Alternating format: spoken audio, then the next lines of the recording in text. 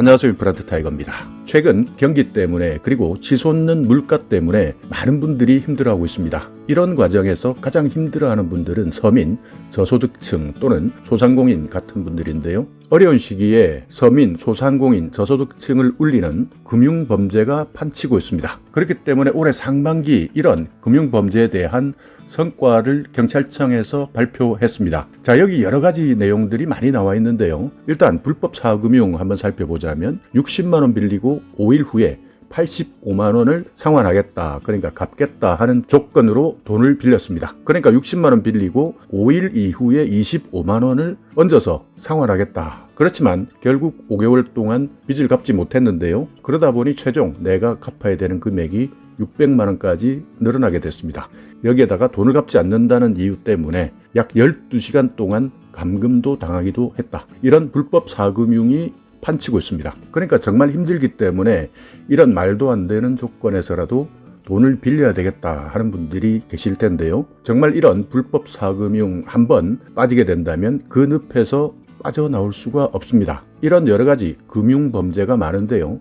오늘 제가 집중적으로 말씀드리려고 하는 것은 휴대전화 내구재 대출에 대해서 말씀드리려고 합니다. 그러니까 내구재 대출, 이 내용이 뭐냐? 아마 단어가 생소하신 분들도 있을 텐데요. 속칭 휴대전화 깡을 이야기합니다. 그러니까 내가 구제하겠다. 그러니까 나를 구제하는 대출의 방법이다. 이렇게 해서 내구재 대출 이렇게 불리고 있는데요. 예를 한번 살펴보겠습니다.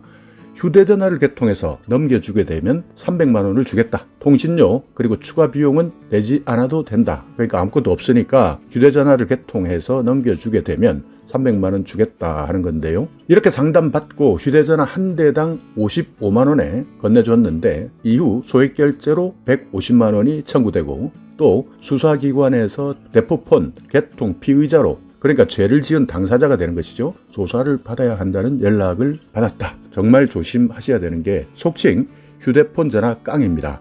그러니까 내구재 대출, 내가 실제 휴대전화를 개통해서 대포폰을 넘기게 되면 현금을 주는 것인데요. 내가 받는 돈보다 몇 배, 몇십 배까지 빚을 떠안게 될 수도 있고요. 또 나도 모르는 사이에 이 대포폰이 범죄에 이용되기 때문에 형사처벌까지 받을 수 있는 것이죠. 그러니까 정말 까딱해서 속칭 휴대전화 깡 잘못 이용하게 된다면 인생 조질 수도 있습니다. 그렇기 때문에 내구재 대출, 휴대폰을 개통해서 넘겨주게 되면 돈을 주겠다. 이런 내용은 전부 사기꾼이다. 이렇게 생각하시고 절대 내 명의로 휴대전화를 개통해서 유심 넘겨주면 안 되겠죠. 자, 이 내용이 어떻게 진행되느냐 한번 살펴보겠습니다. 내구재 대출, 그러니까 내구재 대출이 일어나는 과정은 일단 먼저 광고를 보시게 되고요. 여기에서 속아 넘어가게 되면 휴대전화를 개통하고 피해를 입는 이 과정을 거치는데 보통 SNS, 그러니까 인터넷 사회관계망 이런 데서 대출 홍보를 합니다. 그러니까 급전 대출도 있고요. 소액 대출, 신속 대출,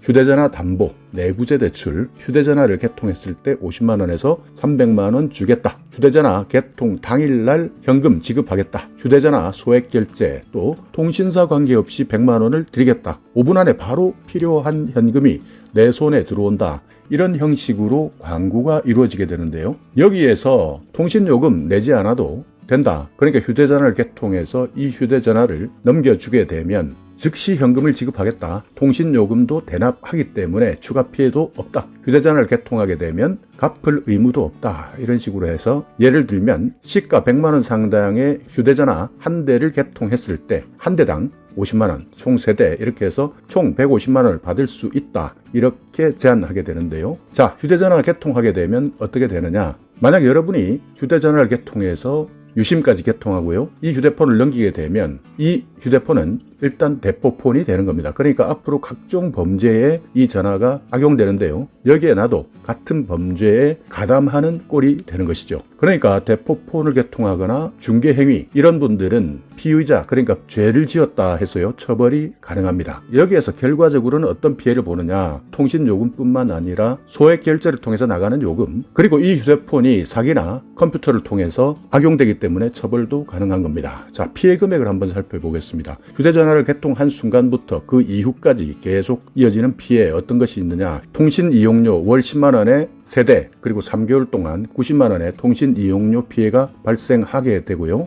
이후에는 기기 할부금도 계속 내야 됩니다. 그러니까 90만 원이죠. 여기에 소액 결제 이용료도 발생했다. 그러니까 개통할 당시에는 잘 모르는데 소액 결제 이용료가 월 100만 원씩 세대 3개월 동안 이용하게 되면요 총 900만 원이라는 금액이 나오는데 이 소액 결제를 내가 모두 떠안아야 됩니다. 여기에 추가적으로 기기값이 210만 원 남아있는 것도 내야 되는데요. 이러다 보니 갚아야 되는 금액 총 1290만 원 이걸 전부 내가 내야 되는 것이죠. 여기에다가 대포폰을 양도하는 행위는 형사적으로 처벌 가능합니다. 그러니까 속칭 휴대폰 깡 한 번 잘못했다가 1290만 원의 형사사건의 피의자가 될 수도 있다. 정말 커다란 피해를 볼 수밖에 없는 것이죠. 그러니까 내 구제 대출, 나를 구하려다가 결국 함정으로 빠질 수밖에 없는데요. 나를 스스로 구제하겠다 이렇게 생각하고 급하게 돈을 빌렸지만 결국 휴대전화 범죄 집단에 뺏기고 일부 현금만 받지만 나도 같은 사기 집단의 범죄자가 되는 것이죠. 그러니까 아무리 돈이 급하다 하더라도 휴대전화를 통해서